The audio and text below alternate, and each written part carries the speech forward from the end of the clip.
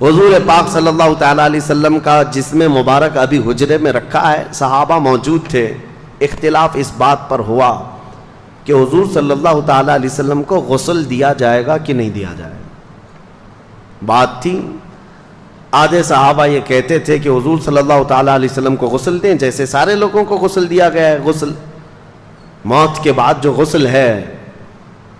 اب حضور صلی اللہ تعالیٰ علیہ وسلم کے لباس پاک کو کوئی ہٹائے، حضور کے لباس کو کوئی ہٹائے اور کوئی دوسرا غسل دے، ان معاملات کو لے کر کے صحابہ حجرے میں کھڑے ہو کر کے آپس میں یہ باتیں کر رہے تھے۔ یہ اختلاف مذموم نہیں، محمود تھا۔ بعض کہہ رہے تھے غسل دیا جائے، بعض صحابہ کہہ رہے تھے نہیں، نبی پاک صلی اللہ تعالیٰ علیہ وسلم نور علی نور، اللہ کے رسول صلی اللہ تعالیٰ علیہ وسلم اسی حالت میں دنیا سے جائیں گے۔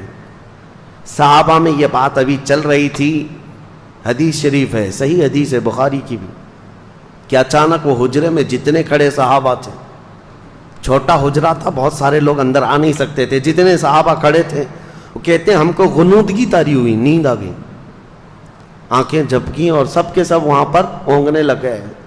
تھوڑی دیر جھپکی آئی، پھر آنکھیں کھلی تو دیکھتے ہیں حضور کو غسل دیا ہوا ہے، نبی پاک صلی اللہ تعالیٰ علیہ وسلم غسل شدہ ہیں، پانی کے قطرات ٹپک رہے ہیں، مسئلہ حل ہو گیا، اب لڑنا کسی بات پر نہیں تھا۔ دوسرا اختلاف اس بات پر ہوا کہ نبی پاک صلی اللہ تعالیٰ علیہ وسلم کو کہاں دفن کیا جائے۔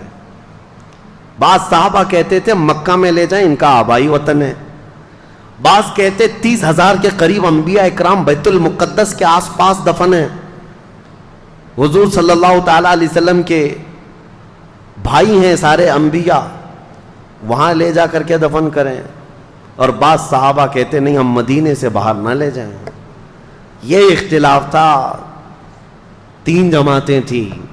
پھر سیدنا ابو بکر صدیق رضی اللہ تعالیٰ عنہ سے یہ حدیث آپ نے سنائی کہ میرے آقا صلی اللہ تعالیٰ علیہ وسلم نے اپنی زندگی میں فرمایا تھا اللہ کے ہر نبی کو وہیں دفن کیا جاتا ہے جس جگہ ان کی روح قبض کی جاتی ہے۔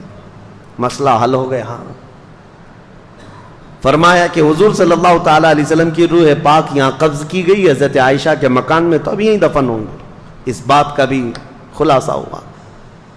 اب ان کے بعد حضور اکرم صلی اللہ تعالیٰ علیہ وسلم کی تدفین کے بعد نماز جنازہ کے بارے میں بہت سارے لوگ پوچھتے ہیں حضور کی جنازے کی نماز کیسے ہوئی۔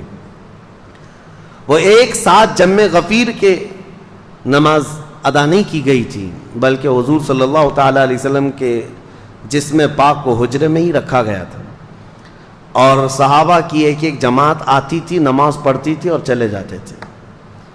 بلکہ یہ اس نماز جنازہ کے بارے میں بھی صحابہ میں باتیں ہوئی کہ کون پڑھے گا، کون پڑھائے گا، کس طرح سے۔ اب اس میں پھر حضور کی ہی ایک روایت حدیث صحابہ نے سنائی کہ اللہ کے نبی نے فرمایا کہ تم سب کے سب میرے حجرے سے باہر چلے جانا۔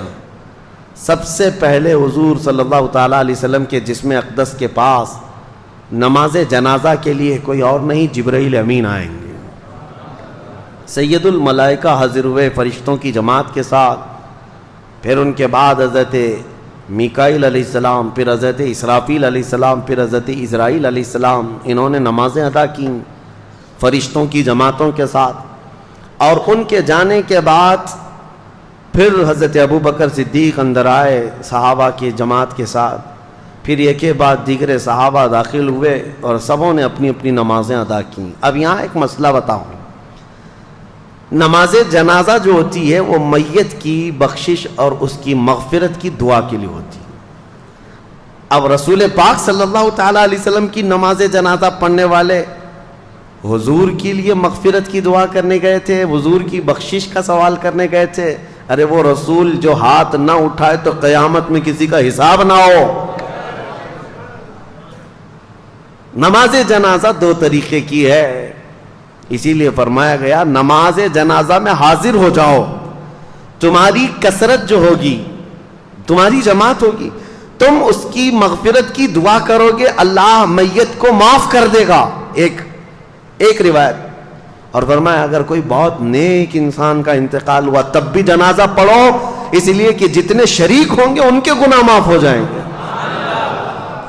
تو وہاں یہ مسئلہ بھی حل ہے۔ رسول کریم صلی اللہ تعالی علیہ وسلم کے نماز جنازہ میں جو گئے تھے وہ سب کے سب مستفیض ہو کر کے آئے، حضور سے انوار و برکات لے کر کے آئے۔